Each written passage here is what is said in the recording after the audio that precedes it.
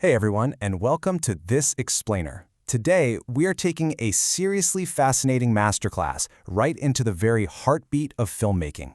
We're going to deconstruct what is so often seen as this magical, completely abstract art of screenwriting, and we're turning it into a concrete, repeatable formula that you can use literally today. So if you've ever found yourself wondering how professional writers craft those unforgettable moments that stick with audiences for a lifetime, well, you are in exactly the right place. Let's get into it. Okay, let's dive into this. Why do some movie scenes stay with us for years, while others are just completely forgotten the second the credits roll? You know the ones I'm talking about. And the answer might actually surprise you. It's not because those memorable scenes are longer, and it's definitely not because they cost millions of dollars to shoot with massive CGI explosions. Great scenes stick with us because they always change something. They change something emotionally or narratively. They might reveal new information, conjure a deep emotion, or forcefully push the story in an entirely new direction. So, here is our syllabus for today's masterclass. We're going to cover 1. Defining the scene, 2. The 5 ingredients, 3. Weak versus strong scenes, 4. Common beginner mistakes, and finally, 5. The simple scene formula. Let's kick things off with Part 1, Defining the Scene. Now, knowing how to properly format a script is great, but that's just typing. Formatting alone isn't enough to make a movie actually work. We need to define what gives a screenplay its raw power. So, fundamentally, a scene is a unit of action taking place in one location within a continuous period of time that exists to move the story forward. Now, I really want to emphasize that last part. A scene is far more than just a cool setting where your characters happen to stand around chatting. Every time the location changes or there's a jump in time, yeah, a new scene usually begins, but its entire existence is justified by how it pushes the narrative ahead. And this brilliantly illustrates that concept. Think of each scene as a stepping stone. Without it, the audience shouldn't be able to reach the ending. I love this because it connects the micro level of your script to the macro level of the completed film. Think about it. If you pull a stepping stone out from the middle of a rushing river, the person crossing is going to fall right in. If you pull a scene out of your movie and the audience can still easily reach the ending, well, that scene never belonged in the film in the first place. All right, moving on to Part 2, the 5 ingredients. We're going to treat building a scene just like a recipe that needs a few very specific things to work. Our 5 essential ingredients are a clear objective, conflict, rising tension, a turning point, and a meaningful exit. Keep these in the back of your mind as we go through the next few sections. We're going to look closely at each one of these right now so you can grab this framework and start applying it to your own writing immediately. Ingredient number 1.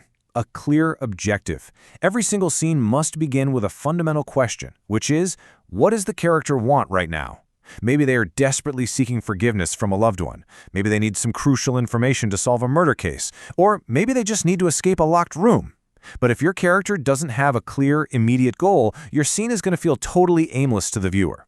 They absolutely have to want something. Once they have that goal, we need ingredient number 2. Conflict. Something has to stand in the way of what they want. Now, let's be clear. Conflict creates drama, but it doesn't just mean a physical fistfight or characters just screaming at each other. Actually, scratch that. Sometimes it is a fistfight, but it can also be internalized fear. It can be a ticking clock running out of time, brutal forces of nature, a difficult moral decision, or even just a simple misunderstanding blocking the character's objective. Without this resistance, there's absolutely no reason for the audience to keep watching. As the scene continues and the character fights for their objective, we add ingredient 3, rising tension. The pressure has to increase toward a decisive moment. Think of this like a pressure gauge that's slowly creeping up into the red zone. As the scene unfolds, you introduce new information, or unexpected problems pop up, or emotions shift. This rising tension is exactly what makes the audience lean forward in their seats. They need to feel that something important is building. So, the crucial point is, this all builds to a turning point. By the end of this decisive moment, the story must change. A deep secret gets revealed, a glimmer of hope is lost, a new opportunity suddenly appears, or maybe a core relationship is fundamentally altered. By the time we reach the end of the scene, the reality of the story should be tangibly different than it was at the beginning. That change, that's your turning point. And finally, we have ingredient number 5, a meaningful exit.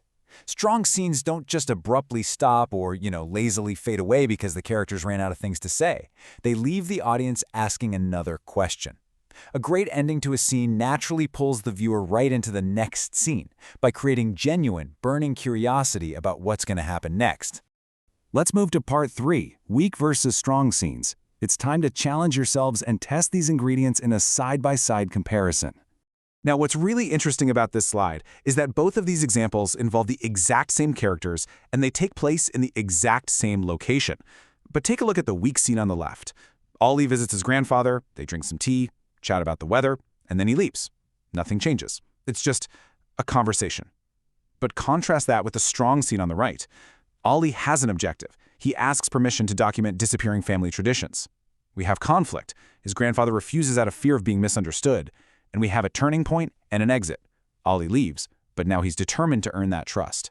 Only the strong scene utilizes a goal, conflict, stakes, and a turning point to actually push the story forward.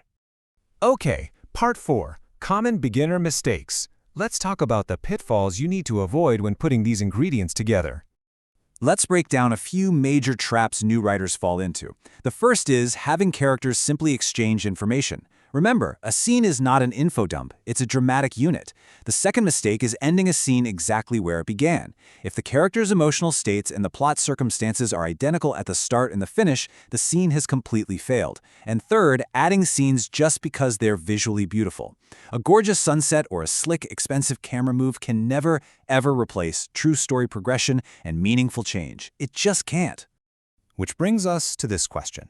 If I remove this scene, does the story still work? This is your ultimate professional litmus test. Before you finalize any scene, ask yourself this. Professional screenwriters don't just ask if a scene is interesting or witty. They ask if it's strictly necessary. If your answer is, yeah, the story still works perfectly fine without it, then that scene must be heavily rewritten or completely cut from your script. No exceptions. And that brings us to part 5, the simple scene formula. Consider this your practical, screenshot-worthy checklist for every script you'll ever write. Let's move to and see how this builds.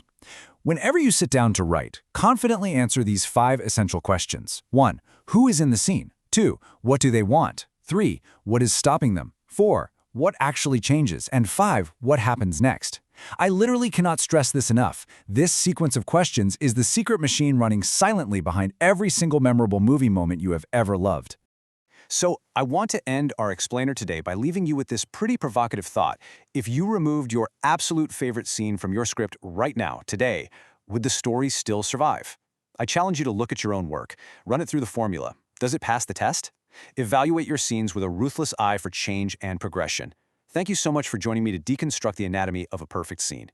Next time, we're going to explore how natural, authentic dialogue is the absolute best tool you have to fuel the very conflict we talked about today.